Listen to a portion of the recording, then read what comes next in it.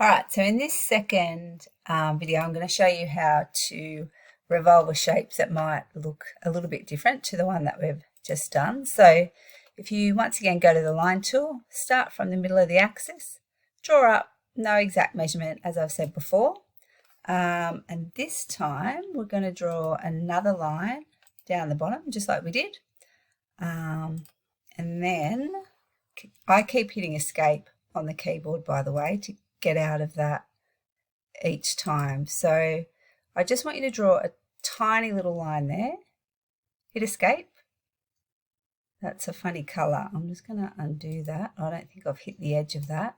Let's try again. That's better. Yeah, I'm not sure why that's gone blue. Let's have a look in a minute. Let's draw another one down here. It might be right.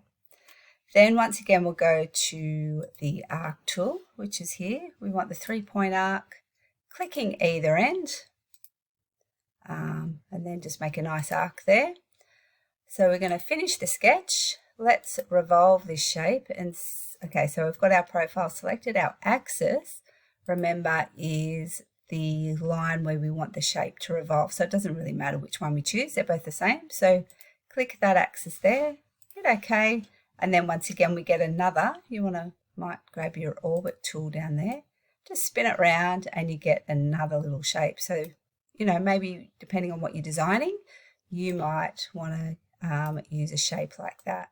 So if you guys want to snip that and put it into your OneNote of a bit more evidence of revolving.